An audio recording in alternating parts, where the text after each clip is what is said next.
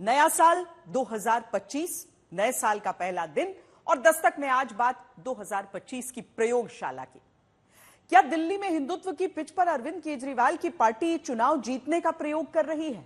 जहां पुजारी को भत्ता, मंदिर में दर्शन से लेकर मंदिरों की चिंता जैसे मुद्दे आम आदमी पार्टी उठा रही है, जो अधिकतर बीजेपी के एजेंडे में रहा करते हैं। क्या दलित वोट को लेकर दिल्ली में कोई भी प्रयोग हुआ तो केजरीवाल के लिए दिक्कत हो सकती है? क्या संभल में हिंदू मुस्लिम दोनों पक्ष से अब 2025 में भी नए प्रयोग धर्म की प्रयोगशाला के तौर पर होते रहेंगे, जहां अब जामा मस्जिद के पास बनती पुलिस चौकी पर आपत्ति जताकर ओवैसी ने कहा है कि वो जमीन वक्फ बोर्ड की है? क्या मंदिरों से जुड़े मुद्दों को राजनीति के हथियार के रूप में इस्तेमाल करने का प्रयोग बढ़ रहा है? संघ प्रमुख मोहन भागवत के बयान के बाद अब संघ के मुखपत्र पंचजन्य में इस प्रयोग को लेकर क्या कहा गया है, यह हम आपको बताएंगे। सबसे पहले चुनावी राज्य दिल्ली में हिंदुत्व और बहुसंख्यक वोट वाली प्रयोगशाला से शुरुआत करते हैं, जहां अरविंद केजरीवाल पुजारियों को 18,000 रुपए भत्ता देने का चुनावी वादा करके रजिस्ट्रेशन कराने मंदिर जाते हैं। नए साल के पहले दिन बजरंग बली का आशीर्वाद लेने निकलते हैं तो सोशल मीडिया पर पोस्ट डालते हैं। अरविंद केजरीवाल की पार्टी एलजी पर आरोप लगाकर यह दावा करती है कि वो दिल्ली में मंदिरों को टूटने नहीं देगी। बीजेपी तुरंत केजरीवाल को चुनावी हिंदू कहने लगती है। लेकिन सवाल है कि दिल्ली क्या अब हिंदू वोट की असली प्रयोगशाला बन रही है? एक इंटरव्यू में अरविंद केजरीवाल कहते हैं कि मेरी नजर में कोई सॉफ्ट हिंदुत्व नहीं, हार्ड हिंदुत्व नहीं, ये सारे मुद्दे उनको मुबारक हो। आप मेरे से पूछ लो घर घर पानी कैसे देना है, मैं पूरा प्लान समझा दूंगा। लेकिन फिर लगता है अरविंद केजरीवाल ने प्लान बदला। दिल्ली की चुनावी प्रयोगशाला में हिंदुत्व की परखनली में वादों के प्रयोग बिना अरविंद केजरीवाल रह नहीं पाए। जहां अरविंद केजरीवाल पुजारियों ग्रंथियों को 18,000 रुपए महीने का भत्ता देने का वादा करते हैं और मुख्यमंत्री आतिशी एलजी पर दिल्ली में मंदिर तोड़ने का आदेश देने का आरोप लगाकर खुद की पार्टी को हिंदुत्व रक्षक के रूप में दिखाना चाहती है।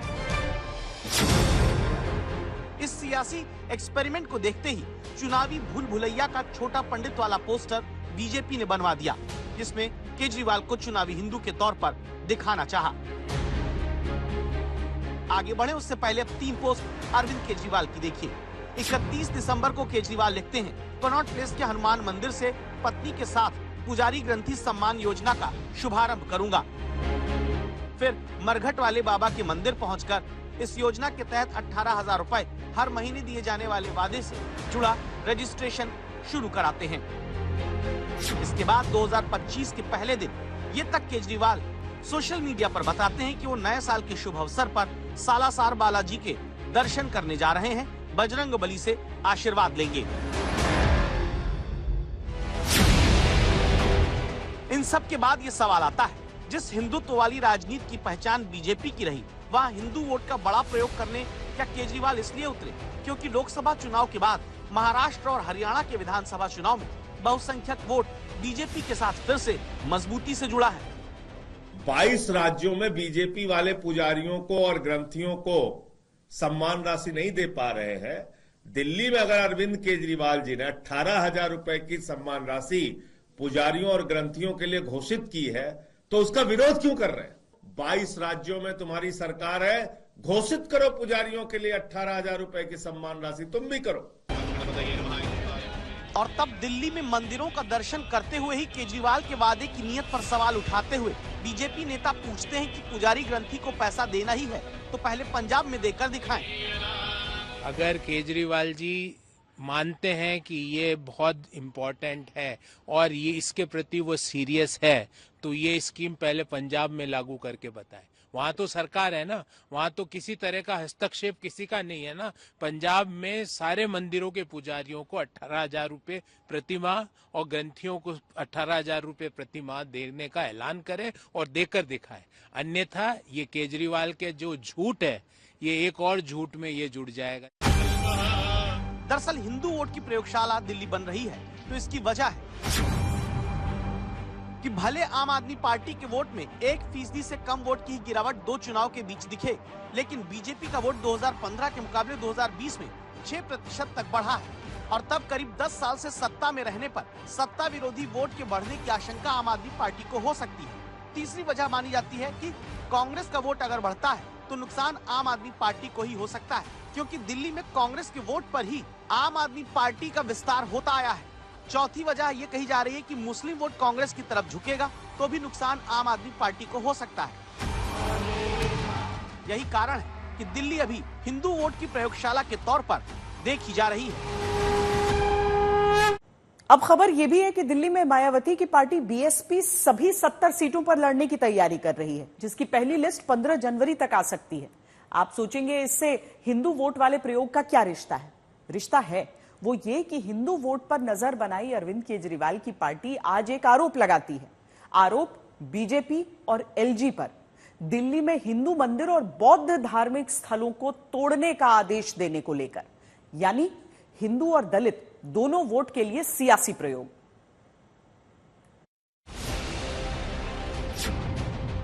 केंद्र सरकार दिल्ली के अलग अलग हिस्सों में कई सारे मंदिरों को और बौद्ध धर्म के मंदिरों को तोड़ने का प्लान बना रही है।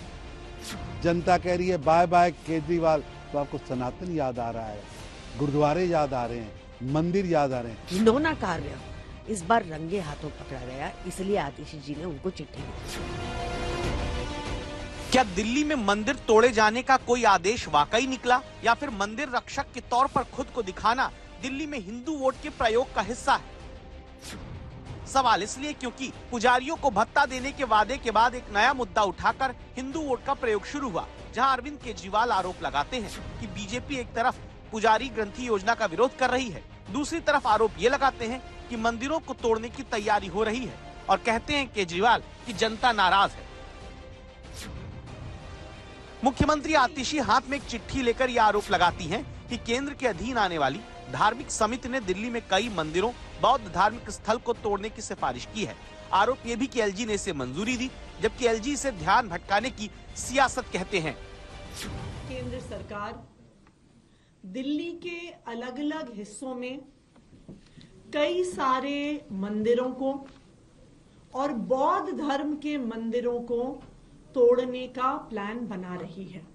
कल जब मैंने एलजी साहब को चिट्ठी लिखी तो उनके ऑफिस ने कई मीडिया वालों को कहा कि ऐसा कोई भी निर्णय मंदिर तोड़ने का नहीं हुआ।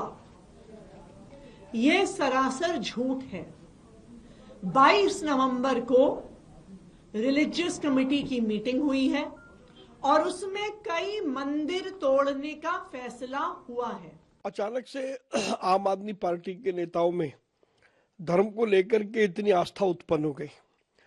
10 साल में आम आदमी पार्टी का शासन रहा दिल्ली में।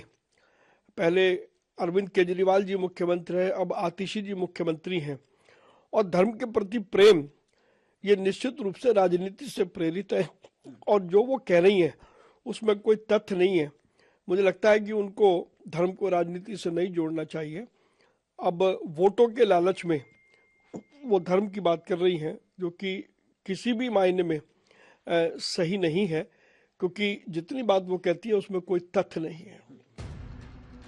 मुद्दा केवल हिंदू वोट पर प्रयोग का ही नहीं, हिंदू वोट के भीतर दलित वोट के प्रयोग से भी जुड़ा हुआ है।